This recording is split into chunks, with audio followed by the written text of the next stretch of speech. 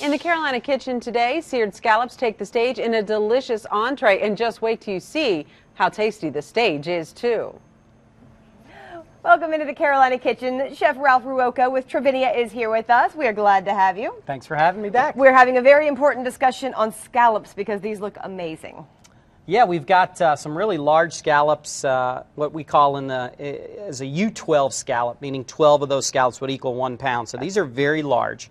We're going to do today a artichoke risotto dish. So for a lot of folks, risotto tends to be that dish that maybe they like to avoid. They think it's very difficult. We're scared of it. Yeah, and it does take a little time and a little technique. Because you see all the people on the cooking shows make it and then messing it up somehow.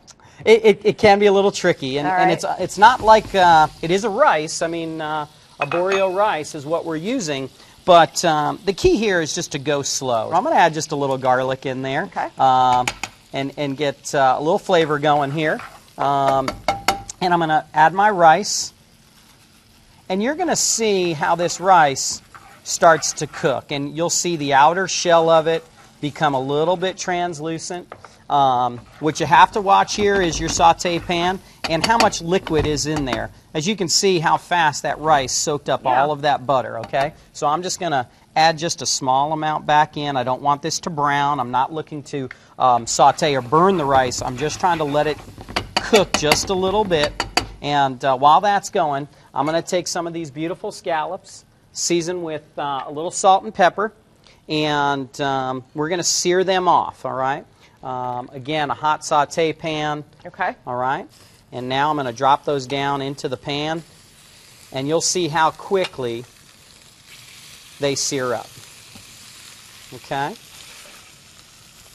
All right. Now you can look back at our risotto here, and you see it's just starting to cook. You see the outer shell of it starting to become just a little bit opaque or translucent, and that tells me it's time to add in a little bit of our chicken stock, okay? And we're going to add just a little stock in there, just enough to almost cover the top of the rice. And honestly, risotto will take you about 15 or 20 minutes just in this kind of process to slowly simmer and allow that liquid to absorb. Now I'm going to flip my scallops.